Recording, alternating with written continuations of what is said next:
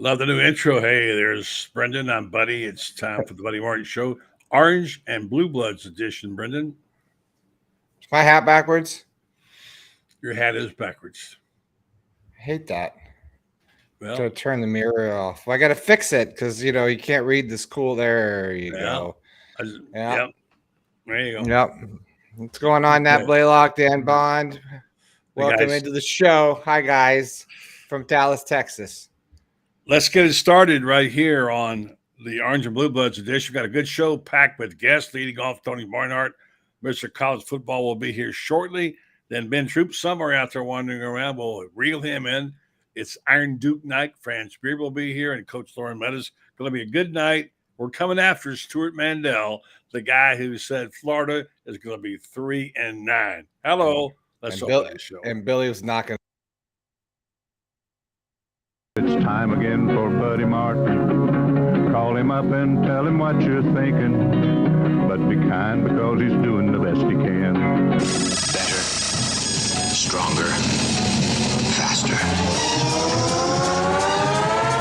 Mama says that alligators are ornery because they got all them teeth but no toothbrush. Hey, what if the voice calls while you're gone? Take a message.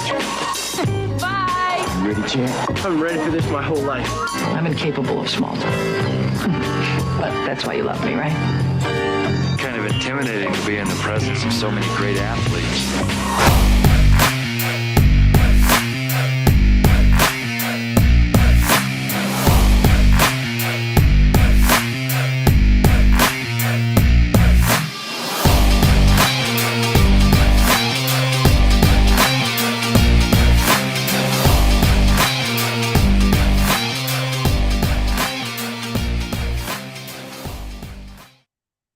It's going to be a good night. We get everybody lined up and go and get over the technology hump here and get going tonight on the final regular show. Tomorrow, though, Brendan, little preview show. Meyer. Urban Meyer. We'll have him on tomorrow. You haven't told me what time yet, but we'll have Urban in the morning. And lots and lots and lots of talk about Swamp Kings. Really negative stuff today coming out of the computer of one Matt Hayes. And people love to rip on Urban. But we'll see how it all balances out. My sense of it is, in terms of the Gator Nation, that people are beginning to find a place in their heart, as we'll hear from our sponsor, who's a very good friend of loves Urban, and Meldon Law and Jeffrey Meldon. We'll hear that on the spot. He says, hey, it's time to get past this and put him in the Ring of Honor. So anyway, have you seen all 4 editions now? Yes, I've seen all 4 editions now. Okay. I talked to, I think Tony's coming in right now. Yeah, he's here. Oh, good. Let's don't waste any time. Well, I know. I told you, Mr. Barnhart is in the green room. Mr. College Football is in the house. What's up, Tony? It's all good, buddy. I'm just, as Coach Spurrier used to say, I'm ready for talking season to be over. Hey, I am too. It's exactly what I said on Monday night. Time for talking to be over and playing to start. Let's do it. Well, we just couldn't get past, at least down here, 2 things. The Gator-centric stuff that we do, Tony. As you know, you've been on this show many times. You've propped us up over the years to keep us going for the last 20 years. So it's good to have you back on. You're looking good, by the way. Lost some weight. Thank you. Looking really good, as usual. Looks like you're ready for ball season to start, buddy. I'm ready. Yeah. I'm ready. We've been, at the end, when we were done in Nashville at the SEC Media Days, I said, you know what? It can't get here quick enough. Put it on pause. Let's go. Let's go right now. So, yeah. Well, the 2 things that we're talking about a lot, excuse me for interrupting you, is obviously the Swamp Kings. Not sure if you had a chance to see it or not, and the portrayal of that. And we're going to have Urban on tomorrow. A lot of comments, negative and positive. Positive mostly from the Gator Nation, and negative from a lot of other people. But anyway, that, and of course, Stewart Mandel picking the Florida Gators to be 3-9, Tony. Oh, I saw that. I mean, he must need some clicks. That's all I got to say. I don't think I've ever heard a prediction that low. Well, I tell you, buddy, the attitude I'm starting to get about this now is being in the prognostication business is it is more difficult than it's ever been, and we're less accurate than we've ever been. Why? Because of the transfer portal, and rosters don't take shape until late. And so, yeah, it's hard to me. It's hard for me to see Florida going 3-9, but we'll see. Another way of seeing it is we don't know what the hell we're talking about, Tony. I mean, this is just ridiculous. We used to have a feel for this sort of stuff. You know, you've always been really close on your predictions of Georgia and Florida and whatever. Every now and then you see a wild card come in there. But there's so many variables, Tony. It's hard to get our arms around them and say, okay, yeah. But here's the thing also. The national people, and I consider you kind of semi-national, but you're mostly SEC, they are a step behind of what's going on. And the Daily Beat guys are barely keeping up. Right. It changes so dynamically. And this idea of you were 6-7 last year, therefore you're going to be 3-9 next year, I don't get that. And I can tell you this much, I know they're a better football team. And there's some players on that team a lot of people don't know about. And, you know, these freshmen now, they can show up and make a difference. So I'm not predicting SEC titles or whatever that. I don't know. I'm somewhere around the 7 or 8 win thing. I'm kind of positive on this team building. But, Tony, there's 3 freshman wide receivers there. The Shane Matthews compared to the era of the 3 great ones that he had, Riedel and Ike and Kwesi. Yep. And that's Shane talking about that. So I don't know. They're really good-looking players. Well, that's why we got to start playing the games, buddy, because now all we're doing is speculating, and half the time we're guessing. And so that's why I'm anxious for the games to start. Let's get into the meat of the season, and let's find out. Let's find out what the issues are. That's when you find out is once the games are played. People talk about recruiting all the time. You don't know until guys get on the field. Yeah, for sure. So having said that, let me put you on the spot. Give me your surprise team of the year, you think, and then give me the coach that most people have forgotten about. Well, I think my dark horse team in the SEC this year is Kentucky. They went out and got Devin Leary, transfer from NC State, who had a great year in 2021, then was banged up a lot and didn't have such a good year. I think he's going to be a big surprise. Mark Stoops is bringing back Liam Cohen. Cohen was the offensive coordinator 2 years ago when Will Levis had that great year, and then he went to the pros, and Will didn't have a great year last year. He was banged up a lot, to be fair. And so I think bringing those 2 back, they've always been pretty good defensively. So I think they've got a real shot to challenge Tennessee and Florida for that number 2 spot in the SEC East. So you put Florida up there. I'm surprised. Well, everybody's kind of conceded to Tennessee, it seems like. But, look, this is the truth. And Shane said this the last day of the SEC media days. And in fact, Greg McElroy actually said it. I heard him say it on the SEC media days broadcast. He said, I don't know. Take a team like Florida. They could be 3-9, or they could be 9-3. 9-3, that's right. And it's such a huge swing, and because the variables, those of us who pick football games for 100 years, we have to change our way of thinking. And I don't know enough about. I know about Leary, I know about Kentucky, but I can't tell you how good Ole Miss is going to be. I know they got too many quarterbacks. They got some really good ones. They aren't going to get on the field. Yep. So it's going to boil down to this. Obviously, the consistency of people like Saban. Obviously, Georgia and what's happening there now. Kirby's got that team playing. It could be a three-peat. It's very hard, but it could do. And then there's going to be those teams in the middle like Auburn. I don't know what Auburn's going to have. Hugh Freeze is a heck of a football coach. Jimbo Fisher could have a heck of a year. We don't know. We don't know what's going to happen at other places. And so things like injuries, team dissension, and just bad luck, turnovers would dictate this season, Tony.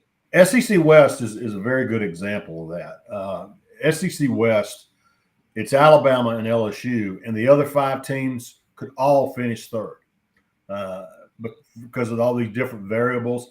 And here's a stat that catches a lot of people by surprise. The SEC went to 11 bowl games last season. The other 3 teams were 5-7, 5-7, 5-7. SEC could have had 14 teams in bowls last year. So my point is there is no scientific way to know these things. There are too many variables, and you just have to say, well, here's a handful of things that could impact the game, but it depends on how these handful of things go. Tell you a story. A coach told me, I always ask coaches after their first year in the league, what did they learn? What did they learn that they didn't know?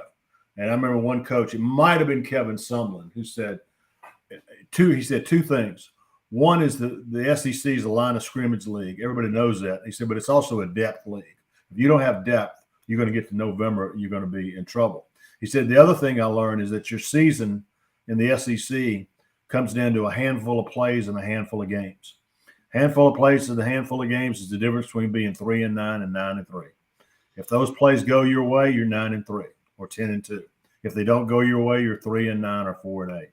And that's just how the seasons play out. Speaks the truth on that for sure. Coach Spurrier always says you got to win the close ones. Yeah. And, those define your season. Yeah. Well, let's go around the league just a little bit, and I'm going to get back to Georgia and Florida, or around here, Florida and Georgia, as we call it. The teams like I think Jimbo. I don't know this because I don't know enough about it. I think Jimbo Fisher may have a really good year. He may win 10 games. I don't know. He's got the talent. I think the coaching situation, his play calling is going to be better simply because he has 2 heads now instead of 1. And those guys both know how to call ball plays. I somehow got a little thing about Auburn. I don't know why. I keep thinking something's going to happen with Auburn. Auburn's going to surprise people. But they're in that tough division, which will be the last year of that, as we know. And then we go around the league, and Tennessee looks like they could be a world beater last year at the end of the season. The quarterback situation is in question. I think he's a heck of a good talent. He's a little bit like Anthony Richardson. He's got all that talent, although he's more accurate than Anthony was. You just said you think Kentucky's going to be better. I don't know. There's 5 or 6 decent teams, and then you got breakthrough teams. I mean, Florida could have 7-8 wins. Not that they win a championship, but if he gets to 8 wins this year with the class he's got coming next year and the foundation he's building, because Tony, I've been around a long time. You have too. I hear these players talking about things that are different, how they're building, how they trust their coach. They trust him, and he works them hard, but they trust him, and he's organized, as you know. His 2024 could be a year when they compete for the SEC. No East, because there won't be one, and that's my take on it. So tear me apart, tell me I'm stupid, if that's wrong, or whatever. Give me your thoughts on that. It's all about building. It's all about building. And when you're rebuilding a program, you've got to. Very rarely do you go from 3-9 to 9-3. You usually go from 3-9 to 5-7 or 6-6, and then you go to 9-3 or 10-2 or 11-1. And so, as long as you're building and things are moving in the right place, you're fine. What happens is when you have a setback from your building program, you go 3-9, 7-5, 8-4, and then you have another 3-9. That's where you get into trouble. And based on everything that I've read and heard, Florida's in the process of doing that. Now, you still got to play the games. You can have all the great plans you want. You can have all this organizational structure you want. It comes down to players, plans, and executing plans. And that's where everybody is right now. What's the most unstable program right now in the SEC? Because they kind of bottomed out. Vanderbilt's in pretty good hands right now. I think we know the least about Missouri. I mean, because Missouri is yet to sort of make that step forward under Coach Drink. This is, I think if they can get the quarterback position figured out, which they haven't yet, I think they'd be better. But I think that's the team that we know the least about. The rest of the conference is in pretty good shape. I mean, you look over in the East. I think Tennessee. If Joe Milton can make the throws that Josh Heupel wants him to make, that's what we don't know. We know he can throw it 100 yards. That's not the issue. The issue is, can he do the 10-yard down and out and throw it on the spot? Can he loft the ball over the defender's head into the wide receiver? That's what he's got to prove there.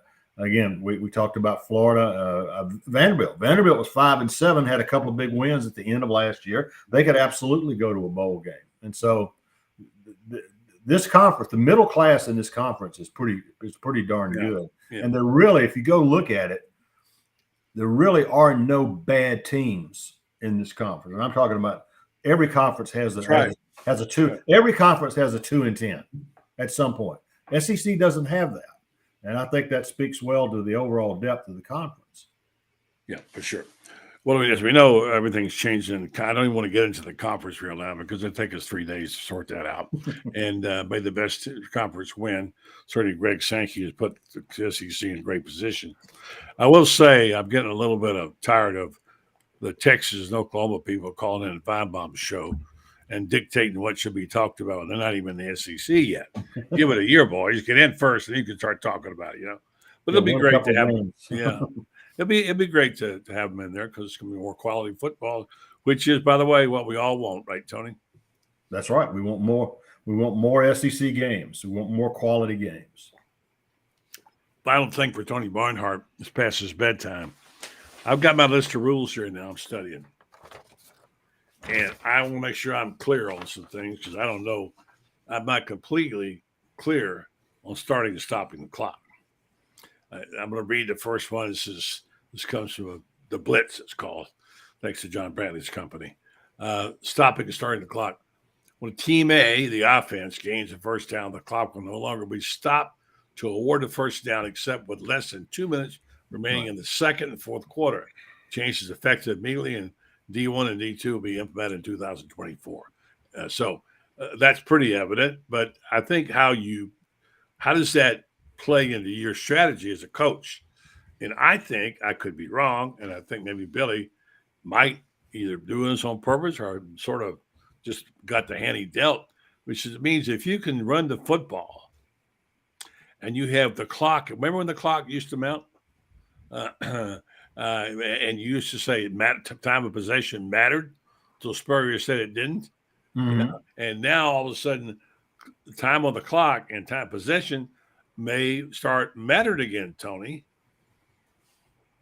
Yeah, to me, I've heard it from different ways from coaches. Some coaches said, yeah, it'll make a difference at the end.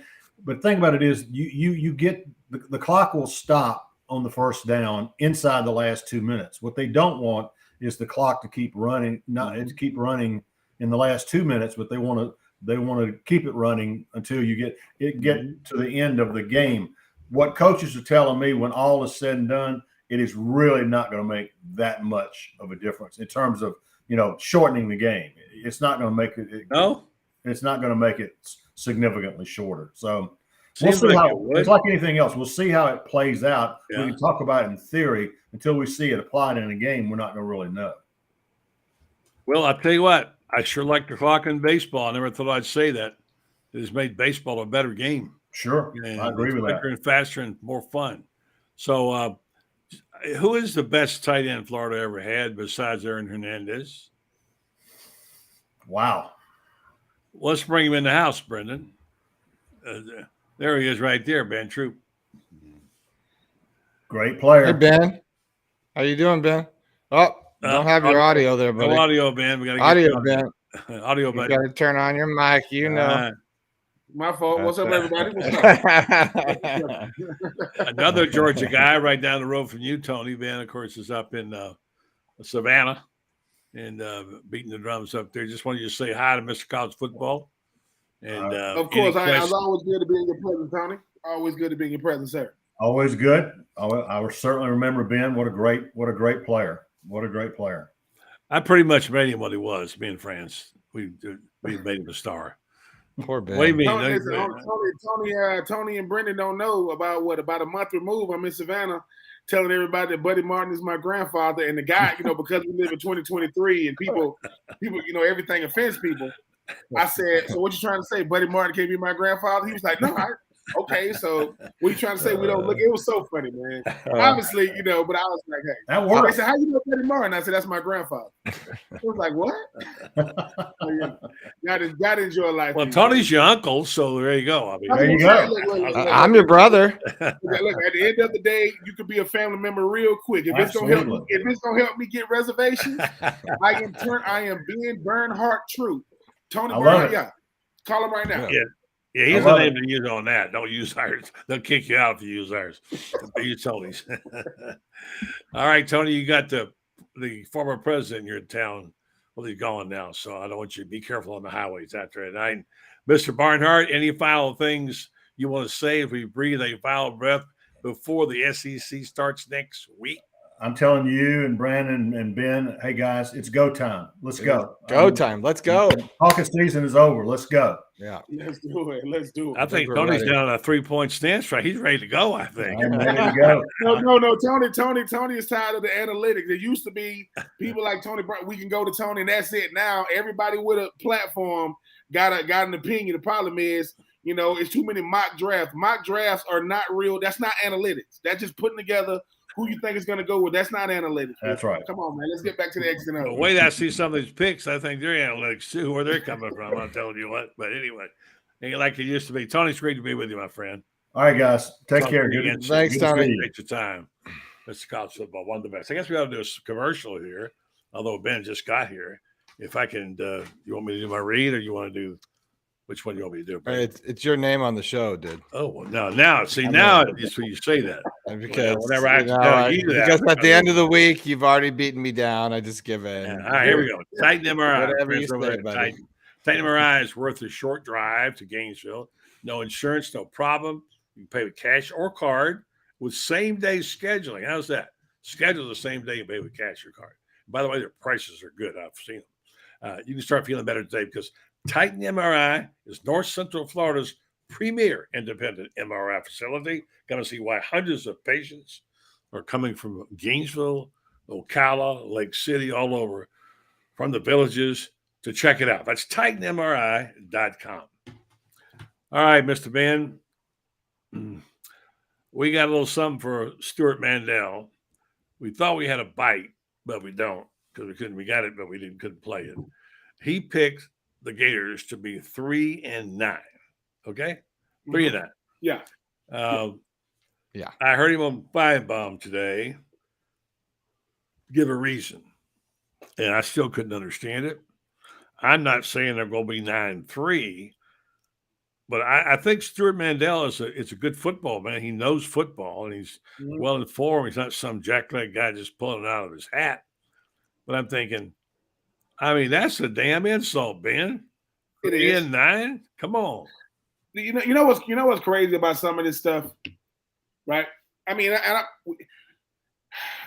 to pick on Muschamp, not to pick on McElwain. We're talking about things that have never happened, right?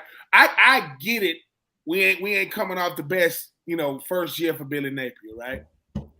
But people act as if the things that people say, I'll be like, are they trying to get clicks? 3-9. Vanderbilt won't get picked to go 3-9, and nothing against them, right? And I think sometimes when it comes to Florida, what I can appreciate about people that have something to say outside of Gainesville, they don't hide their biases, which is fine. I get it. Especially with this documentary out, people can't stand Florida, right? Because people trying to make it seem that why would they talk about these teams? That just shows you how long Florida been relevant. Yeah. That just shows you that this same. I know we got Utah coming up, and what are we gonna do and things of that nature. What I can say, if you go to Florida right now, you a future Florida Gator, you should embrace criticism like no other, because it's gonna come. It's gonna come. Buddy, Brendan, y'all know this. Just say Florida has a 10-win season last year. Do you think the analytics gonna be any different this year? Nope. It's not predicated on what Florida did the year before. It's predicated on clicks now. That's why I say if it ain't, I respect certain people when it comes to the analytics. I'm not saying that, but certain things are ridiculous. Like listen, with Florida, it's ebbs and flows. We've been there for the greatest of times. We've been there for down, but even in a down year, we gonna win 5-6 games in a down year. 3. So that means we only gonna beat these out of conference teams and Vanderbilt. That's basically what they're saying. That we're gonna come on, man. I think sometimes McNeese State, and is that what it's about? I mean, come on. And this is the thing, right? You know how many people got mad last year because Florida beat Utah with their full slate, guys. They big time D linemen, they two NFL caliber tight ends, Cam Rice. Now this year is okay. Well, Florida's got a young team. Listen, man, everybody in college is young. Everybody 22 years old or less. Everybody's young. But I think what Florida gets a chance to do is say, football is the best when no one thinks you're gonna do anything. Not that it matters what they say. But if I'm picked to lose, I can play loose. If I'm picked to lose anyway, I can play loose because it goes back to, 3 years now when Florida beat Georgia. You see how going into the game, Florida ain't got a shot, but when they beat them, we knew Florida. Of course you knew we were going to win with Kyle Pitts getting knocked out the first half. So I think for this Florida squad, just embrace it. That's what I can say I love the most or can appreciate the most about Billy Napier. He's even keel, man. When he said, I got the best D-lineman in the country, people like, what is he supposed to say? My D-line, they're all right. I don't think they're going to do anything. Mm-hmm. Princely coming back is the highest rated defensive end coming back. We're going to see what these interior D-linemen going to do. We get it. We get to go out there to Utah, first game of the year. Week 0. That worked out pretty well for us when we played them boys down south, right? Remember a couple of years back, played them boys down south. Mm-hmm. We ain't going to beat Miami until we beat them. Then it's, so nobody, listen, you know this, buddy, nobody pisses people off more than Florida. Nobody. We really, I got that distinct impression today. Listen, look, I mean, if you don't think they're any good, okay, it's fine. But the thing, the video, the 4-part series on Swamp Kings, I mean, there's some hating going on out there. They even hating on Tim Tebow, and I've seen vile comments about this. And I saw a couple of writers I know that I'm disappointed in, and I have a little different view of it. I respect other people's views of it. You can say what you want to about they left this out, left that out, left that out. Okay, but it's saying like it's a conspiracy. Urban Meyer wasn't a damn producer. He didn't pick what went on there. In fact, he wasn't going to be in it originally. And they're saying it like, well, they did a puff job. They did a sports washing. I mean, who are they? Are these all these Netflix people, Gators, that did this? They're storytellers. No. They chose things to talk about. Oh, man, jealousy and flattery go hand in hand, don't it? When you think about it, we knew this thing was coming out. Then it becomes who's not on it, right? Who's not on it? Oh, this person ain't on it. No. You can't force people to be on it. You respect whoever was on it. Pouncey didn't want to be on it. They were asked. Pouncey did not want to be on it. It don't take away. Think about this. Think about how many docuseries, if you don't have certain people on it, it ain't even watchable. Right. It's not entertaining. Right. Florida had that many players. They had that many personalities that, hey, man, you ain't going to miss a beat. And I think, with all these teams saying, well, we won a national championship, but we were good. Everybody didn't know what the producers of Netflix were. They came to him. Hey, man, that 2006, 2009, the way them boys did it, for going from Zook to Urban to winning in 06, losing in 07, coming back in, things like that. Tim Tebow, Cam Newton even chimed in, right? Cam Newton even chimed in and all different. But that only helps Florida. Keep talking. Say whatever you want to say, right? Say that's not gonna get you no docuseries. That ain't gonna get you one. Yeah. And having an outlier year, like winning a national championship, never to be seen from her from again. Great job. But Florida did it within 3 years. 2 national championships within 3 years. We ain't gonna talk about. We ain't even get a chance to get the old, that old bum down the road, playing basketball. We ain't even get to them, and they won back to back the same time. Mm-hmm. But I like the fact that you could argue that was left out, right? You could say, well, they left that out, right? But what happens is, what I like the most about it was Brandon Spikes. If you haven't noticed, he don't do interviews. I thought he and Seiler were the stars. They were great. Man, Brandon Seiler. If Brandon Seiler ends up with his own show because of it, I would. That dude there has. But what I liked about the whole thing was when I interviewed Stephen Harris, right, and he was telling me about it. And he said, Netflix got that bag. I said, what are you talking about? He said, they called my wife to ask about me. He said, I don't know how they got her number, by the way. He said they rented an Airbnb, and when they're interviewing him, somebody's mowing the lawn. You got a landscaping company. He said the producer goes, "Tell them to go turn that off." Oh yeah. Right. So somebody now obviously they gave him some of this to turn it off. They turned it off, right? Then he said it was a helicopter. They keep on circling. He said they told him, "Man, get the guy in the helicopter and tell him to get the hell away from me." I'm just happy. Listen, the Dallas Bakers of the world, the Stephen Harris's of the world. I'm happy that they got a chance to have their moment in the sun because they're the unsung guys. But I thought it was great, man. And for everybody that got something to say about it, you just mad that it ain't y'all. That's stuff there. Yeah, Brendan's showing there. So I think that footage really was incredible. I want to bring Franz in here. Some of the things, and remember, I don't mean to put myself in the story, but I was embedded with that team for a year. So I was in those locker rooms. I was eating with the team. I was in the press box with the headsets on, and I saw a lot of stuff. But I still learned a bunch of stuff I didn't know, and I didn't know. And I saw. I mean, the conflict, the intensity, all that stuff is amazing. And the one thing I want to talk to Franz about is his friend Matt Hayes. Now, I like Matt. I used to work with him, known him a long time. I appreciate his job. But I was really offended by his column today when he says, makes me puke that they use the death of a player to give Urban Meyer an excuse to do what he did. I mean, that is such BS. It's flat wrong. He doesn't know a damn thing about it. And to make a statement like that is really unprofessional because and I know, friends, what happened with Avery Atkins. We know how upset he was. We know why he changed. We know he talked to Shelley, a psychiatric nurse. He was so upset afterwards. And she said to him, "You can't save them all, Urban." So what did he do? And he said in the Netflix special, "We're changing our policy." There's two things you can do when a player does something like that. You can either fix it and get him over it, or you can just let it go away and erase it. So we're going to do the first one. Avery Atkins, he was not going to kick anybody else off the team like that cost them their life, friends. Avery Atkins was my friend, my very dear friend. That upsets me even now. Avery, when he's in high school, met me. We just clicked. He'd come running up to me. How am I doing? Best player on the field by far. And he needed that male reinforcement. And that's where football came in. Football gave him that. He was raised by his grandma, his aunt, and his mama. He had no male reinforcement growing up at all. And he needed that. He constantly needed that.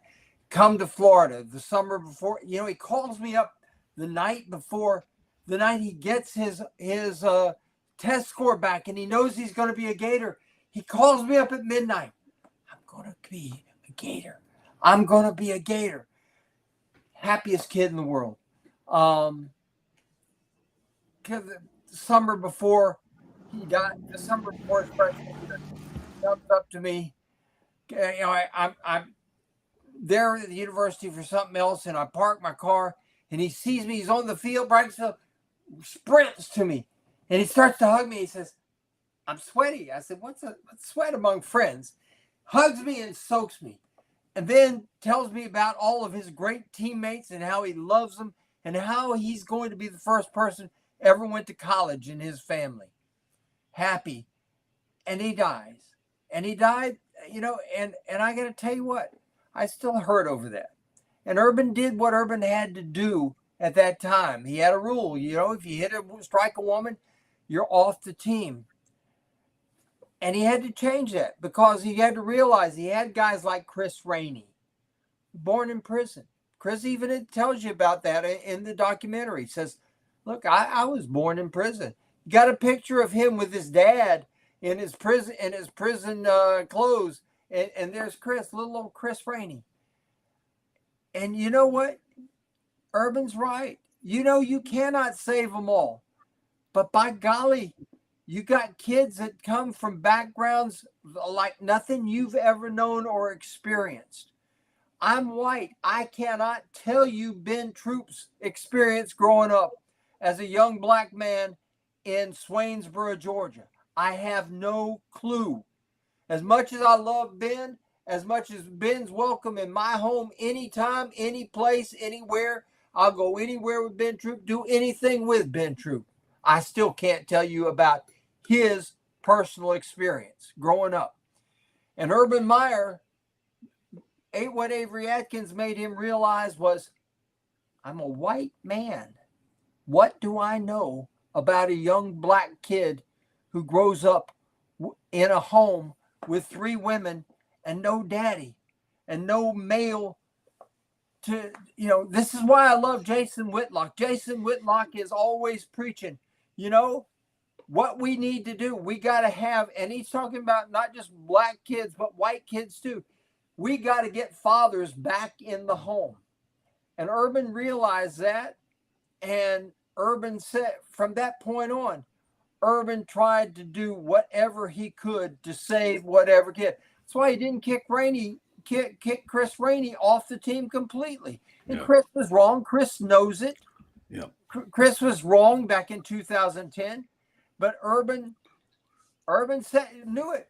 When we write stories, excuse me if I interrupt you, and it's really well said, and I feel your pain there, friends. Sorry for that loss.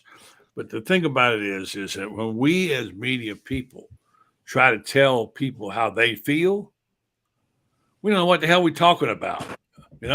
Well, he didn't do this. He used the kid's death for his own purposes. What a crap thing for Matt Hayes to say.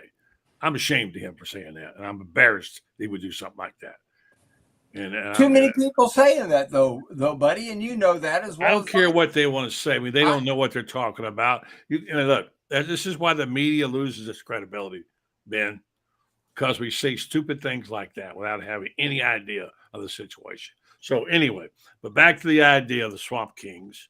I don't mind a lot of people panned it, didn't like it, said it was a puff piece. I don't know. I know a little bit about puff pieces. I've been around. I've written puff pieces and the PR. I've written. I didn't see anybody there from the athletic department of Florida calling the shots, saying make Tim Tebow look better here. I thought it was a story told, and yes, they left some things out. I could argue they left out the guy who jumped off sides in the South Carolina offensive line after they made the winning field goal. They left that out, sure, but you can't put everything in there. Someone said earlier about, they left Chris Leak out. Didn't leave him out. They just they focused on 3 or 4 people, and they got some fantastic footage to go with it. We had Tate Casey on last night, but I mean, look, Siler. We know Tebow is going to be a star. Siler and Spikes were fantastic, I thought. And the conflict within that team, they showed it right there. You're talking about covered up stuff. They were showing warts and all what it was like. And when I came away with it, and I want to stop talking, let you guys pick it up, and Lauren's going to join us, is that in the end, what we learned about this was the unbelievable intensity that we didn't know about. Those mat drills were brutal. I heard they were really bad, but we saw them.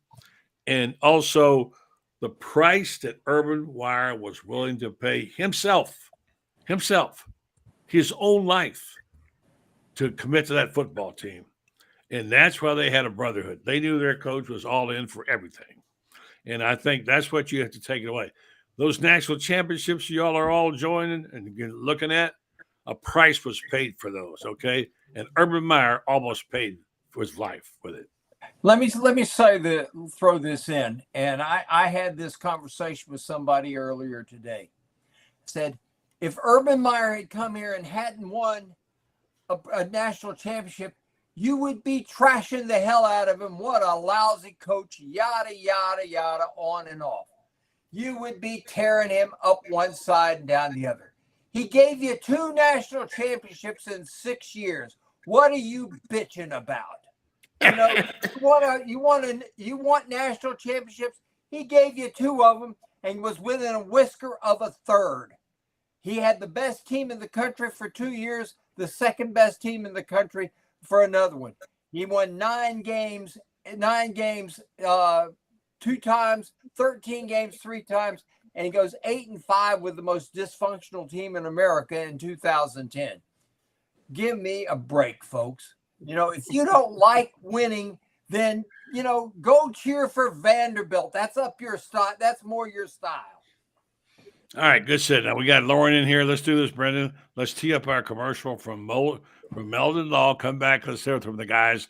A little roundtable discussion about this whole thing. Put that to bed and talk about the season. Hey, boys, it's time to play ball. Think about next week. A week from today. Brendan, where will you be? Utah with Loren. There you go. You and Loren will be out and having an adult bev. There you go. Probably. Yeah, sure you are. I don't know. We're going to be breaking the laws in Utah. You're breaking the laws, but just going to Utah, pal. You got to pay a cover charge to get in the bar. So you have to have a sponsor, don't you? Don't you have to have somebody sponsor? I think those days are over. That's how it used to be. Not anymore. Hey, by the way, before we go to the commercial, hey, all 70 of you, 62% of you do not smash the subscribe button. Down on the right corner, a little button, hit subscribe. It's free. It's not going to hurt you. Hit subscribe. We're going to hear from Meldon Law. We'll be right back with the Orange and BlueBloods show. Back to Swamp Kings, I think I was impressed. I really didn't understand how hard he worked, how hard Urban Meyer worked at getting that team ready to compete in the SEC and on a national stage. You think maybe Gator fans will value their championship legacy just a little bit more now? I hope so. I never got it. I didn't understand why people didn't say take Urban at his word when he said he was really sick. I understand that he went back to Ohio State, but he did take a year off and do his ESPN thing. And, it's in your blood when you're a college coach. It's almost like you're willing to sacrifice your life in order to have the ability to lead a team to a national championship. No doubt. I'm going to issue an invitation to you right now. Urban's coming to Gainesville the week of Vanderbilt. And I'm going to take him out to Spurrier's for bite to eat, and you're invited. How's that sound? I would love to do that. I actually, his daughters both won the Meldon Law TV 20 Scholar Athlete. Right. Yeah, that's right. And so we got to know the family a little then. And, I'll tell you, Urban really should be admired by Gator fans, and they should understand that he was here for 6 years?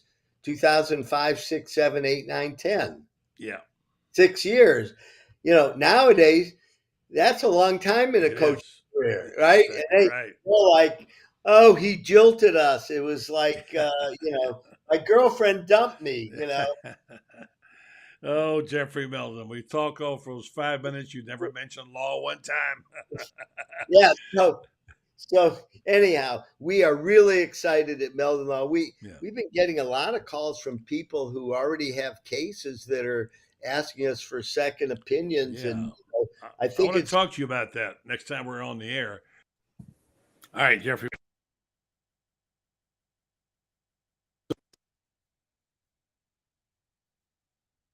Oh, here we go. There you go. Sorry. All right, here we go. There All right, guys. Just give me those. React to that in 20 seconds, each of you, and we'll go move it on. Start with you, Loren. You heard what he said. As far as what now? You heard Jeffrey talking about Urban, right?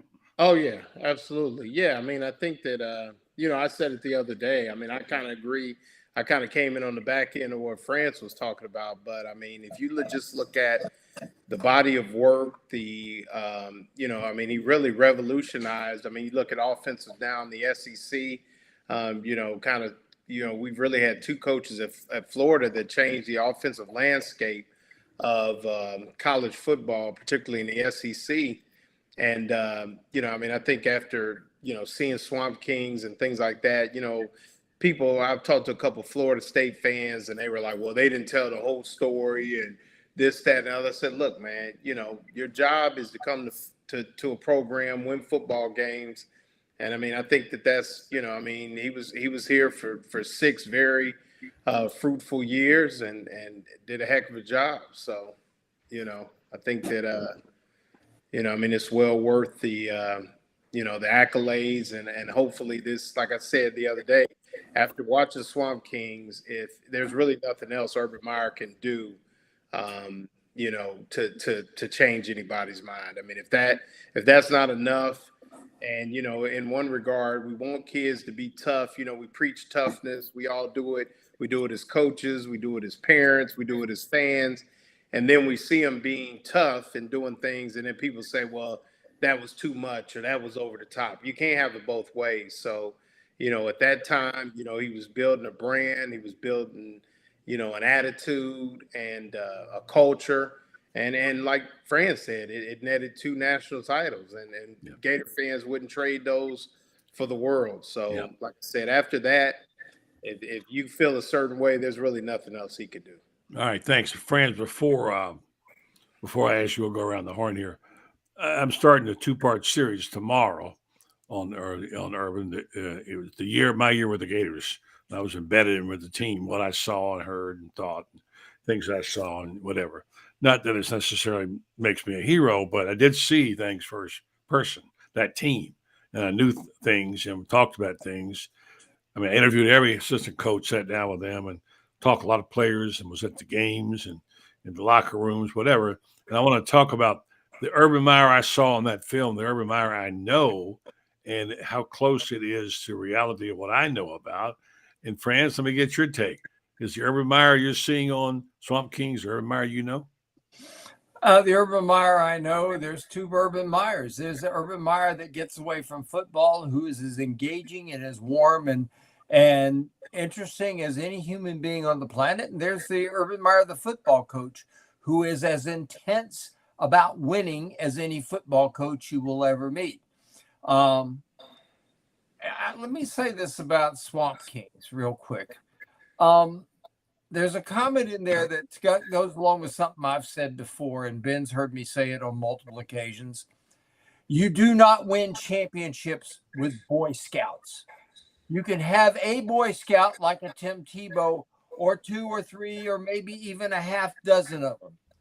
But you better have, somebody once described it to me as you win football with maybe a dozen Boy Scouts and 73 psychopaths.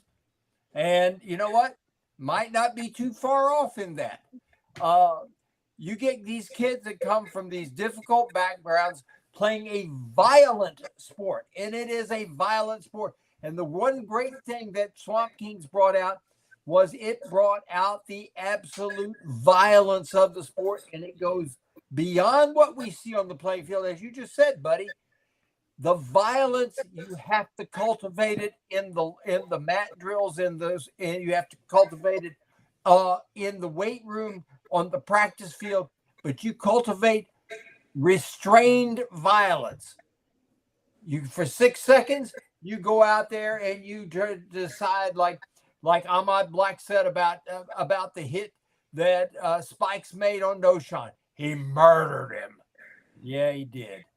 And I love it every time I see it. Yeah. I sit there because Spikes told me at the Army All-America game once, he said he came off the field after hitting Beanie Wells and knocking him into left field so bad that he went into the defensive huddle 3 times before Spikes walked him back to the offensive huddle. And Spikes looks at me, he says, I hit people, they go down. That's what I do. Yeah.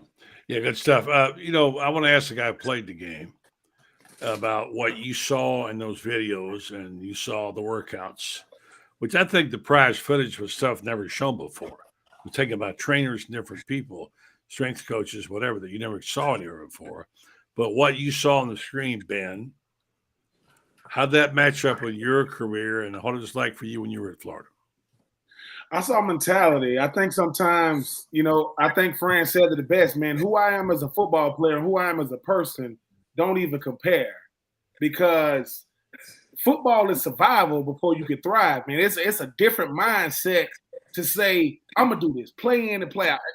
Sometimes when I'm watching that weight room stuff, the reason why you do that stuff is Urban is letting them boys know, look, man, this is a privilege. I'm going to see, do you really want to do this? And for everybody that got something to say about what they saw, you take any great team, any level, if they show what they do to stay there, You're gonna be like, what in the world? This is only crazy to people, and I hate to say it. You go back to when Michael Jordan had his documentary, and he said, look, if you don't like the way I do things, you probably never really won nothing. It's like Urban had to get 85 alpha males who think just like him. So how do I do that? Most of the time, and Loren, you know this, you take that many personalities, it's not gonna work. You got that many alpha males. So he goes, all right, the only Boy Scout I got is Tim Tebow. He's the only one I got. But if I show the way he played football, only reason why people know he's a Boy Scout because they see what he does as far as like what he does in the community, you know, and his faith and everything, which is nothing wrong with that. He plays just like a crazy man. How he plays is what Urban wanted. So when I saw it, man, it showed why Urban is who he is. Exactly. Make no mistake about it. Exactly. It's a lot of coaches out there. They just don't get that result. It's a lot of coaches like Urban, but Urban said, "I'm gonna get every last one of them to do it." That's the hardest thing. Is I can get 10 guys, 20 guys. I'm gonna get all 85 guys. And what starts happening is when the only thing that makes players buy in is if you win. All that other stuff. If you winning 13-1, oh, okay, I see what he's doing. His worst year was my last 2 years of Florida. His worst year was 8-5. People go crazy 8-5 now. 8-5, Urban Meyer might as well have been 5-8. But when I saw the documentary, I said, look, Netflix got Brandon Spikes to show who he was and Brandon Siler to show who they was. And I get it. You know, when you start talking about movie or whatever, I want this person to say something. I was thoroughly intrigued by it because it makes you feel good to know, man, that, hey, you know what Urban is really saying for all y'all that wanted to play for me? This is what you had to deal with. You think you wanted to play for me. Well, look at the result. Urban can say this. I won 2 national championships, and you can say, I got the greatest college football player to ever play for me. And I had Chris Lee. And you look at some of the greatest players, yes, I was blessed enough to play with them, but I just think that for everybody that got something to say, they had an outlier year. They had outlier years, you know, and I think so that means that everybody won a national championship gonna get a docuseries. No. They want to show what it took to do what they did, to lose in 2007, to come back in 2008, to lose, you know, in 2000. You know, it's just so many storylines. But I was thoroughly impressed by it. I agree with something you said, Franz. Look, like Urban Meyer, hate Urban Meyer, despise Urban Meyer. If you've never been the head coach of Florida, you don't know what it's like. That is such a rare place to be. I am the head coach of Florida, meaning I am the most famous coach in the state of Florida. I don't care how you feel about it. That's the other 2 schools on the Panhandle down south. That's Jacksonville, Miami, and Tampa Bay. Nope, Urban Meyer walk in the room, everybody shut up. That's Urban Meyer. So, and they asked Urban Meyer 2 years ago, hey man, you've been to Utah, you've been to Florida, you've been to Ohio State. If you had to Florida, you cannot replicate that atmosphere. So I like it. For those people that got something to say, they mad for 2 reasons. 1, because they didn't beat us during that time, and 2, because they ain't getting one. So everybody got something to say. It's only helping Florida. You can get mad as you want, but everybody got something to say. He watched all four episodes. Got that binged it. Listen, that's whether you rooted for Florida, rooted against it. So I liked it. I'm happy for the guys that got a chance to say something about it. I appreciate Urban Meyer for being candid because, the acting stuff, man, I don't like it. I experienced the death of a teammate when I was at Florida, man, and there was no blueprint. There is no good way to handle it. What do I do? There is no good way to handle it. Well, I think with Urban, man, he learned, though, to admit to say, hey, man, I learned from that. Loren, you know this. Grown men head coaches, they're not finna admit wrong. Vulnerability? No, we don't do that. And he did both.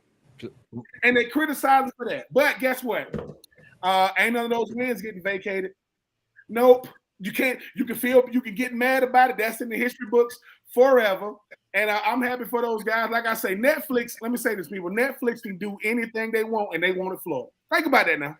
They could have got anybody. Hey, man, we need them boys. And you know what I like? I like the fact that it's still a lot that could be left out there. It's still a lot of stories could be told, right? Oh, you could have another. You could have another 6 episodes of it. They still got it right because, like I said, when you do America's team, when they do the Super Bowl, they only take 2 or 3 guys off those teams to talk about the whole season. I like the way they did it. I like the fact that we left a lot out there, but I like the fact that 2006, 2009, the way we talked about Florida, that's how Netflix saw them. Hey, man, you know how this team is great. Exactly right, man. These teams are incredible. They saw it like we see it. And what my question to the group is, now that that's out there, first of all, the haters are going to hate. When you get the trolls come out, you're doing something right, because that's generally when people are paying attention. But I expected it. But my question is what's the difference now with players and coaches? We've got NIL, we've got transfer portal. Could you do something like this again, in the sense of like this style of coaching now is not going to be so popular? Do you think how do you modify now, or what's the difference now? No, you can't do it, because that was junction. What we saw was like Barron junction. I guarantee you this. They're not going to say it, and I'm not putting words in nobody's mouth. Look, you really think Urban Meyer invented what he did in 2006? Hey, to that point, man, to that point right there. Let me say one thing. I want to say one thing about that, because I'm doing this right now. When I was in Colorado, a guy Brendan, Irv Brown, told me there's a guy at Colorado State, assistant coach. He's nuts. Who's another Bear Bryant. I said, what do you mean, Irv? I said, you mean he's insane. He kicks people off the team. He just roughs them up. And later Urban told me the story that Sonny Lubick was there, the number 1 prospect on the team, quarterback, came in and quit. And they called Urban in, and Sonny just said, our number 1 prospect quit today. And you know why? I said, no, because of you, Urban. You ran him off.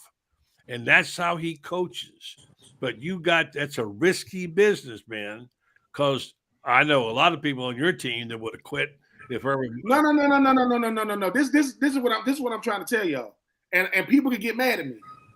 Ron Zook did not have the success that Urban did.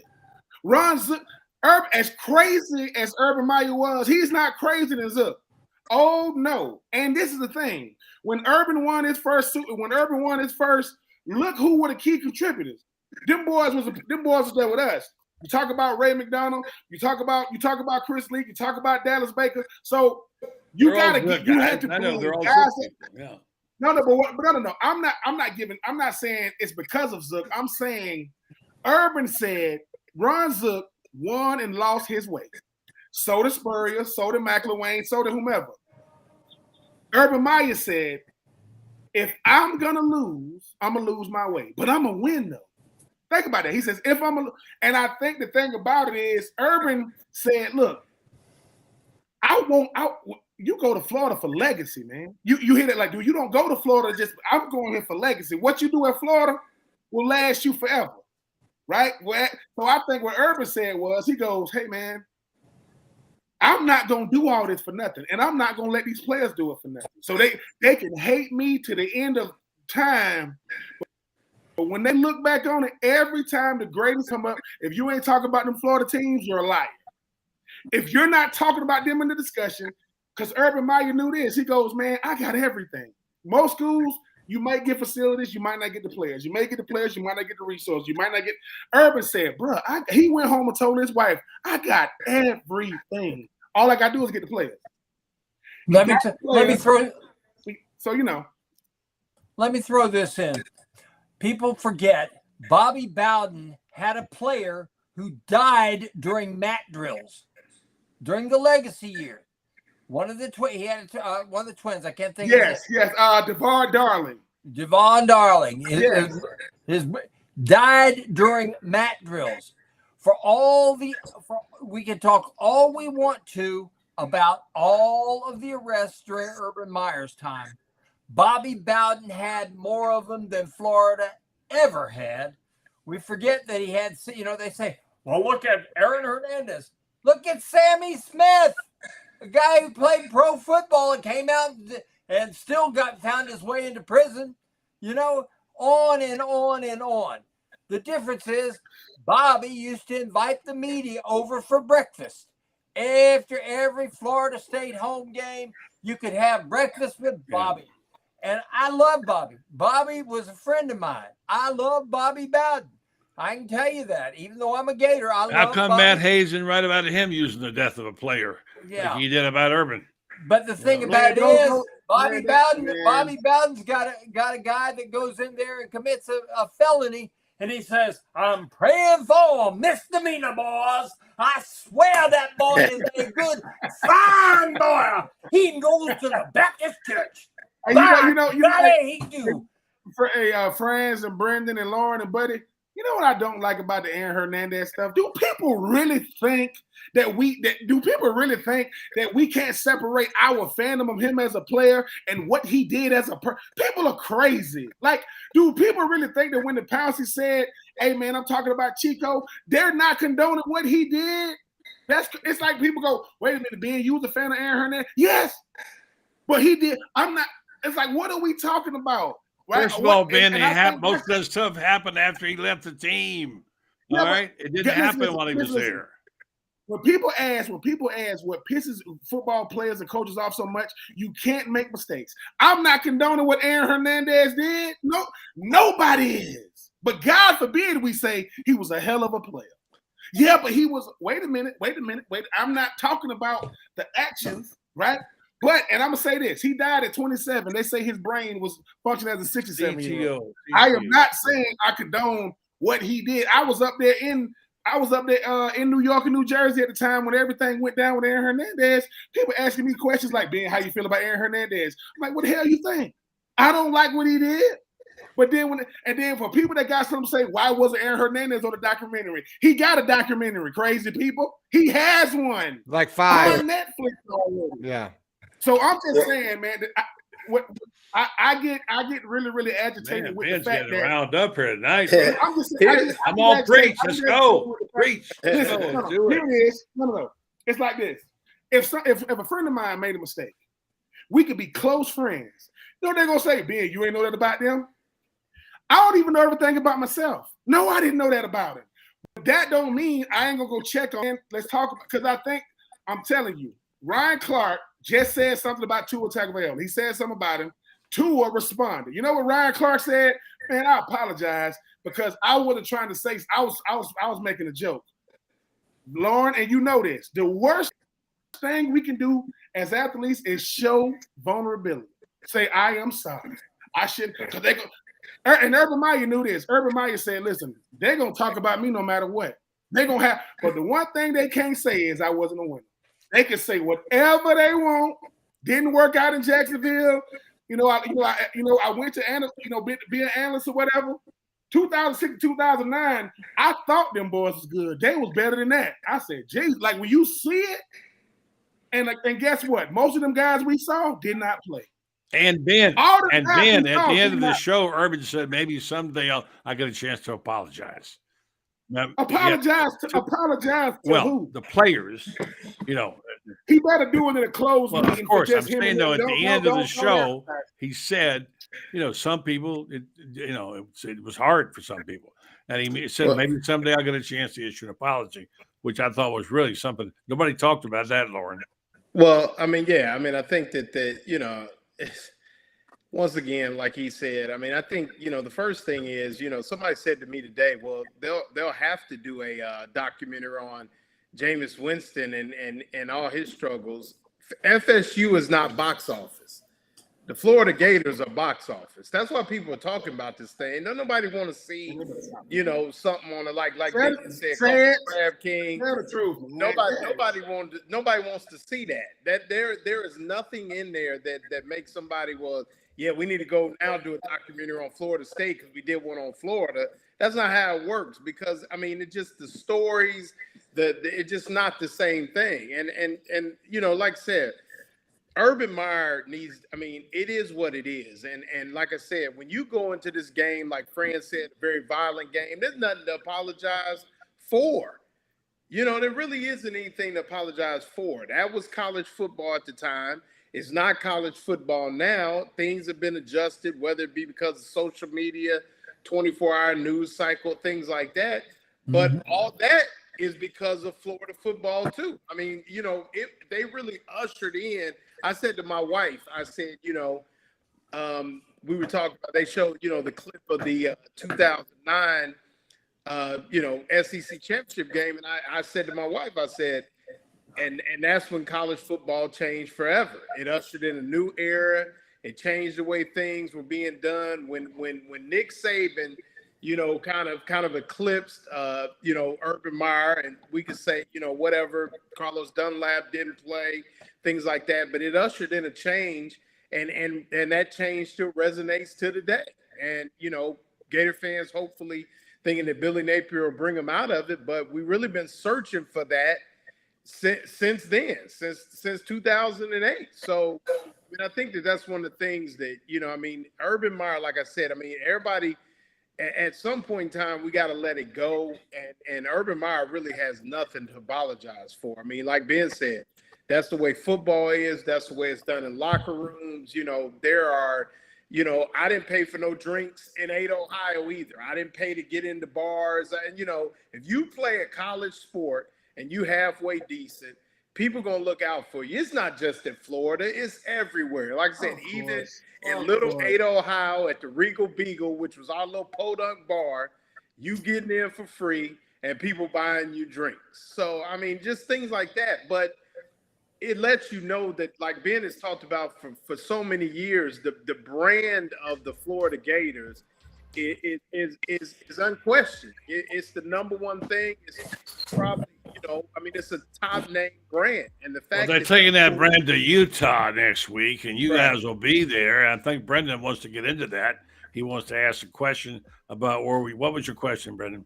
Well, I just want to get, first of all, I just want to get to our final thoughts here. And I we've had a couple shows where we're talking about it. I want to start, it's Franz wrote a nice column today in Gatorbait about, we're 7 days out here, which we're all excited about to play some football. So I thought our final thoughts tonight on this Orange and BlueBlood show would be, how does this all play in to the next, 7 days? Does this Netflix series at all affect how the team plays? we've got the right personnel here that would sort of, be able to answer this. Is this anything that's usable to kind of get psyched about it? Because, Gator fan watches it, get excited, or is this just, they don't pay much attention to it? Loren, we'll start with you and we'll go down the line. Yeah, I think it will. I think it'll heighten interest in the game. It came out right about the right time. 9 days away from game time. I do. I think it's. Will it affect the way Florida plays or Utah plays? No, but I think it will heighten the the attention that the game gets. But Buddy and I talked earlier. The spread is down. I think 5.5 now. So, I think the last couple of weeks, I think the sense of what the Florida Gators may be going into 2023 season has changed a little bit. And Utah kind of comes in a little nicked up, particularly at the most important position in sports at quarterback position. So, I think if anything, this documentary coming out at the time that it came out has at least heightened the game. Be a lot of people tuned in on Thursday night. All right. Well, thank you, Loren. We'll say thank you for your final thoughts. We'll say goodnight to you. Franz, you're up. Well, I think if anything, more people will watch the game than maybe didn't before, but it's not going to affect Billy Napier, not going to affect the focus of this football team. The only thing it's going to do is more, maybe a lot of kids who are out there who are recruits are going to look at this and they're going to think, oh, look at that. Florida, they've won championships before. The big thing to me that came out of this whole Netflix series was Florida won championships. 2 years and 2 out of 3 years, could have been 3 out of 4. They won championships. It's going to tell kids championships can be and will be won here with the right people and the right person. Urban was the right person at the right time. I think Billy Napier's the right person at the right time. That's why I think Florida's going up to Salt Lake City, and I think they're gonna kick a little butt. Oh, well, Franz, I liked your article this morning. What's up for you next? Are you writing tomorrow, or are we gonna? What's the next time we can hear from you? Skip it tomorrow because I got Urban Meyer in a press conference at noon, so that I can double up on that for Saturday. All right, thank you, We Franz. have him on the show tomorrow too, by the way. Which is my column tomorrow. Yeah, it's still in the morning. Oh boy. All right. Well, we'll talk about it. Franz, you're the best. Thanks for coming in. Good night to the Iron Duke. Loren, you are up. I just called you, Loren. I'm sorry. I was looking at Loren's face. Oh, good. No worries. Ben, No worries at all. Ben, you're up, and I really want.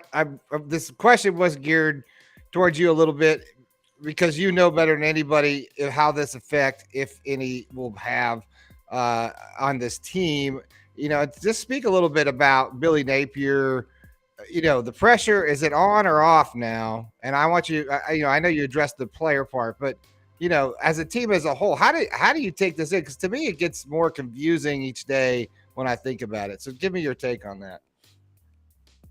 I think it's good for you as a player because I think it kind of lets you know where you really at. Sometimes when you're a player at Florida, because you've been so great for so long, you forget that you are as great as you think you are. Florida is much higher than that. And when you think about a guy like Billy Napier, I think pressure is good for him because pressure is either going to do one or two things, man. He's either going to create a diamond, right, or you're going to get crushed. And I think for Billy Napier, he has that something to prove because he's like, look, man, I get it.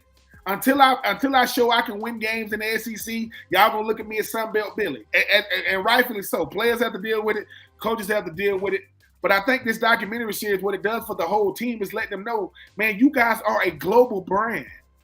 Like people know us globally, not just nationally, and it adds intrigue. It really, really does, because when Netflix knows they are the premier streaming service when you talk about throughout the country, young people, older people, middle-aged people, it doesn't matter. And now Florida's on it, and I like stuff like that. It's all branding, it's all marketing. But if you are Florida, you say to yourself, look, man, we got a chance to go out there and do what we did a year ago, but this is with a different squad. This is the second year under Billy Napier. It goes back to with the Urban thing. The hardest thing to build is a culture. That's the hardest. It's not winning games. It's not winning championships. It's culture. The best teams in sports have the best culture. The Golden State Warriors, they got the best culture in basketball, right? When you look at Kansas City, they got the best culture in the NFL with Philadelphia right there. Florida is one of those teams to where every time you get a new coach, and buddy, you know this, the culture starts over again. Now we got to start from scratch again. But I do like when they brought the documentary out. As a former player, I love it for the play because I had some of those teams. Look, I mean, you know, Brendan, if you was a hell of a player back in the day and Buddy's out there watching you play, you think Buddy gonna not take all the celebrate? Hey man, that's my kid out there, man. Your kid. That's all it is. When you watch your team getting celebrated for what they've already achieved, man, great. You just sit back and clap your hands. You're right. That was really great. What we felt about Florida, now the world can see it. They don't got to feel it. Especially if they Florida State, Miami, Tennessee, whatever. But guess what? That's in stone. That's etched in stone. So when people say, oh, man, I don't think them teams are that good, BS. Yes, they were. Yes, they were that good, and they got bling and championships to attest for. So I think that coming up with Utah, I think those guys go out there and play loose, man, because Coach Armstrong got something to prove. Look, this linebacker core got something to prove. This offensive line got something to prove. Graham Mertz got something to prove. When you go into a game and you don't have a, quote, single alpha dog, it's got to be by a group. That's how it should be. I mean, at the end, Coach Berger let you know, ain't nobody going to feel sorry for Florida. I don't care if everybody got hurt and they got to play with the third string. Don't matter. Them colors you got on, that's all people see. And that's how it should be. The guys go out there and prove it. And I think that Billy Napier is the guy. And you know this, buddy. You know what scares college football? If Billy Napier get on the road. Because that goes against the powers that be. That goes against the plan, right? So no one had TCU going to no college football playoff last year. Nobody, not preseason. The Horned Frogs, stop it. So all I'm saying is, if you are Florida, embrace all the attention that's coming on you right now. Love the fact that you play a week before everybody, so you're going to have the whole college football watching, like when you play in Miami, and just embrace it, man. Pressure at Florida, if you can't handle it, you at the wrong place, man. Well said. If you can't handle pressure at Florida, you picked the wrong industry, because thank God Gainesville ain't no metropolitan. Could you imagine if Gainesville had 1 million people in it? Gainesville. You see that? So embrace it. It took me 3 years to understand I had to use pressure.